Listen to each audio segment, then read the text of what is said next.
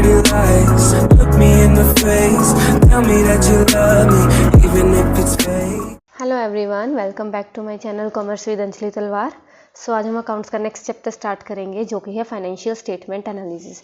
Theory chapter है, बिल्कुल easy सा चैप्टर है वैसे ये, है ना। एक ही क्लास में ये कवर हो जाएगा, हाँ, लेकिन इससे क्वेश्चन बनता है तो इसको अच्छे से कवर करना है हमें।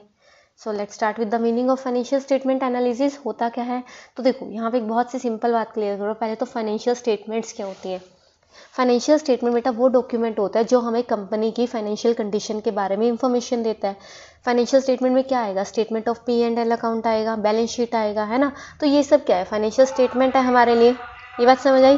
तो इनको जब हम एनालाइज करेंगे, एनालाइज का मतलब इनका यूज करके, इनसे कोई कंक्लूजन ड्रॉ करके और उसके बेस पे कोई डिसीजन लेंगे, तो उसको हम क्या कहते हैं, फाइनेंशियल स्टेटमेंट एनालिसिस। ये बात समझ आई। जब हम फाइनेंशियल स्टेटमेंट किसी भी कंपनी की balance sheet, P&L, cash flow वगैरह जो भी होते हैं ना, फाइनेंशियल स्टेटमेंट 5 होती हैं वैसे, तो उनको जब हम इजी लैंग्वेज में कन्वर्ट करके, या हमने जो रेशियो वाला चैप्टर किया, कंपेरेटिव कॉमन साइज किया, वो सब फाइनेंशियल स्टेटमेंट एनालिसिस के तो टूल थे। हम उसको कंपेयर कर रहे हैं, उसके बेस पे कोई डिसीजन ले रहे हैं, वो चीज़, ठीक है। तो फाइनेंशियल स्टेटमेंट एनालिसिस क्या है, the process of analysing a companies financial statement for decision making process, ठीक है। कोई कंक्लूजन निकालते हैं तो उसको हम क्या कहते हैं, फाइनेंशियल स्टेटमेंट एनालिसिस। तो इसमें कैसे कैसे हम अपने, हमारे पास बैलेंस शीट है, P&L है, उसको कैसे एनालाइज कर सकते हैं। कंपेरेटिव स्टेटमेंट जो हम कर चुके हैं already, common size statement already कर चुके हैं, रेशियो एनालिसिस अब हमें करना है, कैश फ्लो स्टेटमेंट हम ऑलरेडी कवर कर चुके हैं अपनी क्लासेस में, फंड फ्लो स्टेटमेंट आपके सिलेबस का पार्ट नहीं है, और ट्रेंड एनालिसिस ये सेम किस में आ जाएगा, आई थिंक आपका कंपेरेटिव और कॉमन साइज में ही आएगा,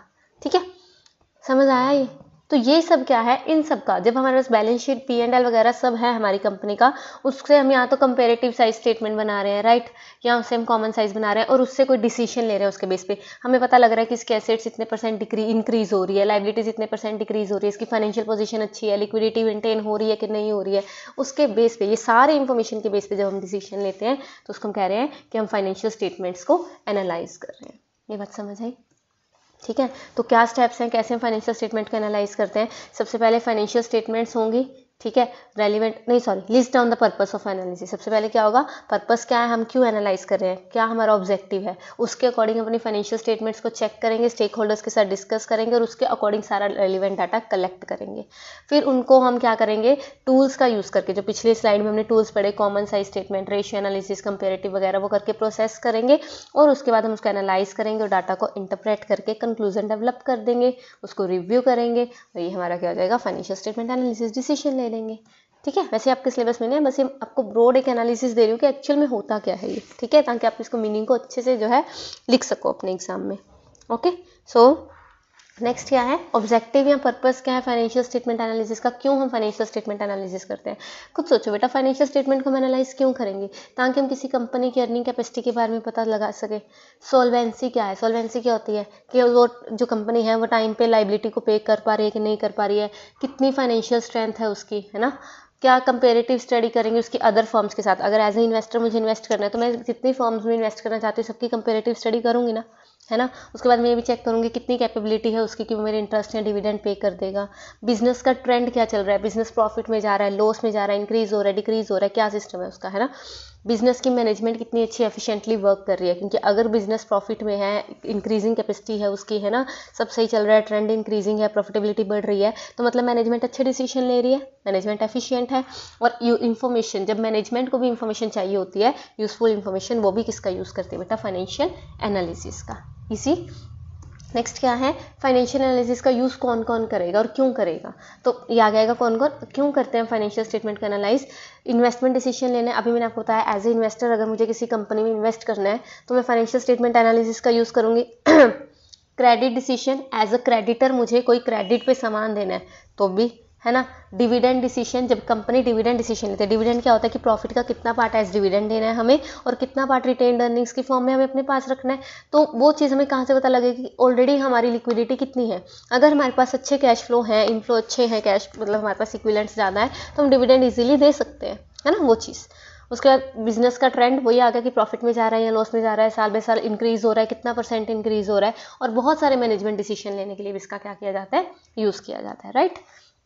नेक्स्ट क्या है, नेक्स्ट है इसकी सिग्निफिकेंस, क्यों ज़रूरी है। सिग्निफिकेंस होता है इंपॉर्टेंस तो फाइनेंशियल एनालिसिस किस किस के लिए ज़रूरी है, तो फाइनेंशियल एनालिसिस ज़रूरी है मैनेजमेंट के लिए। कोई भी मैनेजमेंट ने डिसीजन लेना है तो उसको क्या चाहिए बेटा, डाटा चाहिए। इन्फॉर्मेशन के बेस पे डिसीजन लिया जाता है, तो वो इन्फॉर्मेशन कहाँ से मिलेगी, फाइनेंशियल स्टेटमेंट एनालिसिस से, है ना।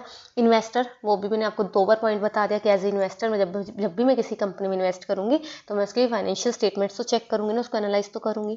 क्रेडिटर, जब कोई उधार में सामान देना है उसको, अगर कंपनी की प्रॉफिटेबिलिटी अच्छी है, इंक्रीजिंग ट्रेंड है, तभी उसको उधार में सामान देंगे। अगर वो कंपनी पहले ही लॉस में चल रही है तो हम उसको उधार में सामान क्यों देंगे, हमारे ही पैसे डूबेंगे, है ना।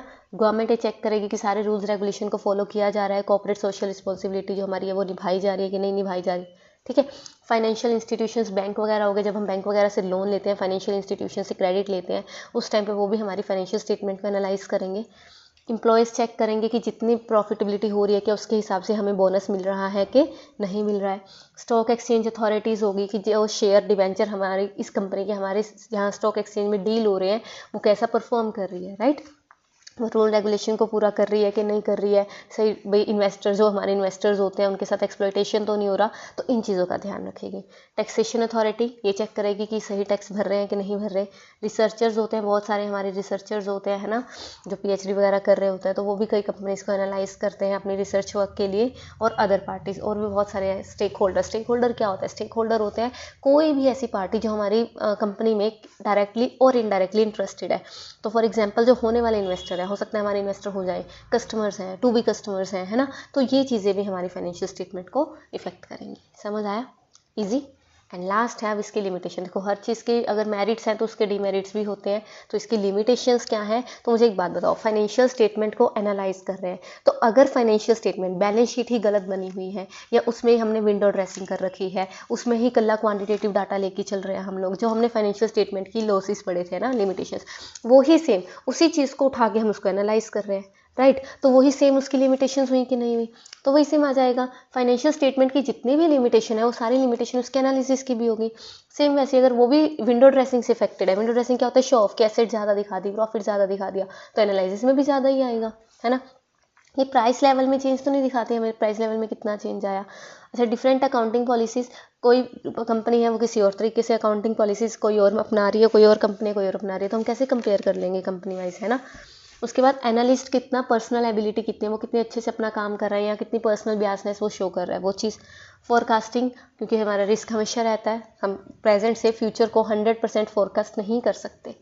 क्वालिटेटिव एनालिसिस, क्योंकि क्वालिटेटिव हम सिर्फ अकाउंट्स में लिखते ही क्वांटिटेटिव चीज़ें, क्वालिटेटिव जो हमारा डाटा होता है उसको हम क्या करते हैं, इग्नोर करते हैं। ये हमने +1 में पढ़ा था। लाइक फॉर एग्जांपल एक मैनेजर है, बहुत अच्छा एक्सपीरियंस मैनेजर है, 20-25 साल से काम कर रहा था, वो छोड़ के चला गया और उसी सेम हमें सैलरी पे नया मैनेजर मिल गया, तो अकाउंट्स में हम इसकी कोई भी लॉस नहीं शो करेंगे, हमें कोई लॉस नहीं हुआ। लेकिन मुझे एक बात बताओ, क्या उस एक्सपीरियंस का कोई लॉस नहीं हुआ? जो बंदा हमारे साथ हमारी कंपनी में 25 साल से काम कर रहा था और एक बिल्कुल न्यू पर्सन आ रहा है ना, तो उसमें कोई फ़र्क नहीं है, क्या उस एक्सपीरियंस का कोई मोटिव मतलब वैल्यू नहीं है। तो वही चीज़ है कि हम फाइनेंशियल एनालिसिस में शो ही नहीं करते हैं, है ना। और जो सिंगल ईयर के एनालिसिस है, financial ratio analysis single year के हम सारे स्टेटमेंट से करते हैं। अच्छा, जो कॉमन साइज है वो हम सिंगल ईयर करते हैं, मैंने आपको करवाया ही ऑलरेडी, तो उनका ज़्यादा कोई बेनिफिट है नहीं, वो तो आपस में एक ही साल का कंपेयर करी जा रहे हैं, तो उसका क्या फ़ायदा। एक ही साल का तो हमें बैलेंस शीट देख के भी पता लग रहा है क्या सीन चल रहा है ना, तो वो चीज़ समझ आया। सो ये आपका एक छोटा सा चैप्टर था, थ्योरी बेस्ड था बिल्कुल ही, तो इसको हमने क्लास में कवर किया है। तो मिलते हैं नेक्स्ट क्लास में, तब तक के लिए इसको कंप्लीट कीजिए। Thank you so much. Tell me pretty lies, look me in the face, tell me that you love me, even if it's fake.